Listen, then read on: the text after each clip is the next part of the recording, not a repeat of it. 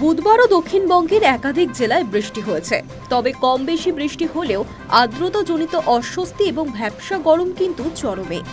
আবহাওয়া দপ্তর জানাচ্ছে, বৃহস্পতিবারও বৃষ্টির সম্ভাবনা রয়েছে কলকাতা সহ দক্ষিণবঙ্গে। শনিবার পর্যন্ত দক্ষিণবঙ্গের অধিকাংশ এলাকায় ঝড় বৃষ্টির পূর্বাভাস জারি করেছে সতর্কতাও। বৃহস্পতিবার দক্ষিণবঙ্গের 2 চব্বিশ পরগনা, কলকাতা, হাওড়া, হুগলি, 2 মেদিনীপুর, ঝাড়গ্রাম এবং বাঁকুড়া এই সমস্ত জেলায় অধিক বৃষ্টির সম্ভাবনা থাকছে। বৃষ্টির পাশাপাশি 30 থেকে 40 কিলোমিটার গতিবেগে দমকা ঝোড়ো বাতাস বইতে পারে। এছাড়া দক্ষিণবঙ্গের বাকি জেলাগুলিতে বজ্রবিদ্যুৎ সহ বৃষ্টির সঙ্গে ঝোড়ো হাওয়ার দাপটও থাকতে পারে। আবহাওয়া দপ্তর সূত্রে জানা গিয়েছে, বঙ্গোপসাগরে তৈরি হওয়া নিম্নচাপের জেরে দক্ষিণবঙ্গের জেলাগুলিতে আগামী সপ্তাহের শুরুর দিক পর্যন্ত এমনই দুর্যোগ চলবে।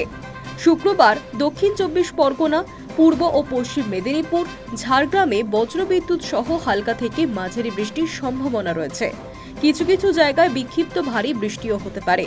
পাশাপাশি বইবে দমকা ঝোড়ো হাওয়া। হলুদ সতর্কতাও জারি করা হয়েছে সমস্ত জেলায়।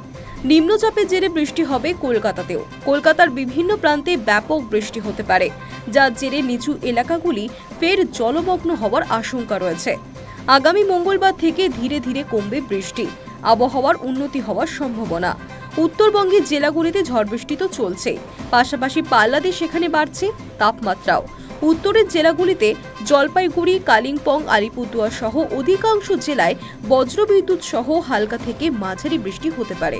পাশাপাশি ঘন্টায় 30 থেকে 40 কিলোমিটার বেগে ঝোড়ো হাওয়াও বইতে পারে, যার কারণে দার্জিলিং, জলপাইগুড়ি, উত্তর দিনাজপুর এবং মালদায় হলুদ সতর্কতা জারি হয়েছে। শনিবার পর্যন্ত উত্তরবঙ্গে বজ্রবিদ্যুৎ সহ হালকা থেকে মাঝারি বৃষ্টি হবে। High News network.